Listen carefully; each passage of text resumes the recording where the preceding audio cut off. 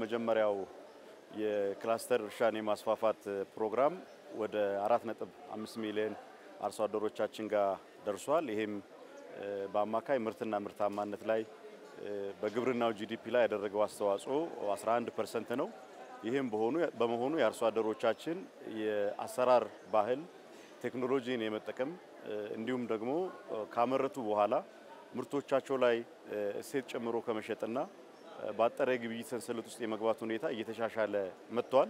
ይሄ ለግብርናው እድገት ከፍተኛ መስፈንጠሪያ ሆኖ ጠቅሟል ማለት ነው። ሁለተኛው የኤሲሲ2 ተብሎ የሚታወቀው ፕሮጀክት ድጋፍ የሚሰጡን የልማት አጋሮቻችንን በማስተባበር ዛሬ በይፋ ማስጀመር አድርገናል። ይሄም የግብርና እድገታችን ላይ ከፍተኛ የሆነ ለውጥ ያመጣል። ምክንያቱም ከዘልማዳዊ አሰራረስ እንደሚታወቀው የአገራችን የግብርና ሁኔታ የስሞል ኦርደር ፋርመር ነው። በትናንሽ እርሻ ላይ የተመሰረተ የአሰራር ዘዴ ነው። በአማካይ እያንዳንዱ አርሶ አደር ያለው ይዞታ ከ1 ሄክታር ያነሰ በመሆኑ በሚፈለገው መጠን ሰፋፊ እርሻን ከማስፋፋት አኳያ ስንቸገር ቆይተናል። ስለዚህ ከዚህ የምንወጣበት አንዱ ሜካኒዝም የክላስተር አሰራር ነው።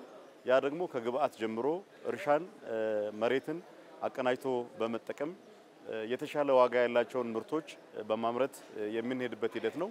ስለዚህ በሁለተኛው የክላስተር ፋርሚንግ አሰራር በነበረን ተደራሽነት ላይ ከፍተኛ መጠን ያለው ጭማሪ እናደርጋለን። ከዚህ በፊት 4.5 ሚሊዮን ጋር ደርሰን ነበረ። አሁን ግን ከ6.5 ሚሊዮን በላይ አርሶ አደር ጋር እንደርሳለን።